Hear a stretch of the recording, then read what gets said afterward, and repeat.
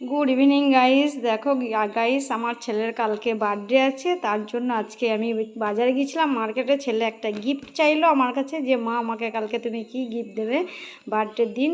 তাই ছেলে বলে আমার তো স্নান করার বাথটব নেই, তাই ছেলে দেখো বাজার থেকে এটাকে স্নান করবে বলে নিজের পছন্দ করে চয়েস করে নিল। এবার বাড়ি এসে এটাকে ফুলিয়ে দেখেছি, দেখো কত সুন্দর।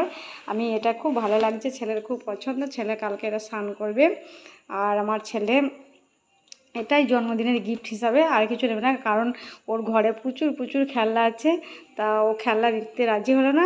এই জিনিসটা ও দেখেছিল অনলাইনে, তাই এটা ওর খুব পছন্দ। কিন্তু আমি এখানে অনলাইনে নিইনি, দোকান থেকে নিয়ে এসেছি। কেমন হয়েছে বন্ধু বলো, তোমরা সব বলবে কেমন হয়েছে প্লিজ কমেন্ট করে। আর এটাকে আমার ছেলে কালকে স্নান করবে, আজকে আমি এটাকে ফুলিয়ে রেখে দিয়েছি, কালকে স্নান করবে।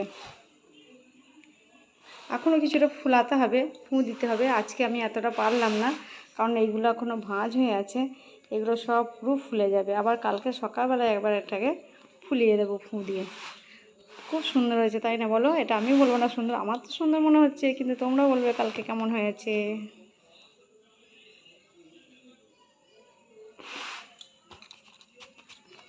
দেখো এখানে ফুলিয়ে মুখটা আটকে দিয়েছি, আর কালারটাও খুব সুন্দর লাগছে, ভালো লাগছে কালারটা।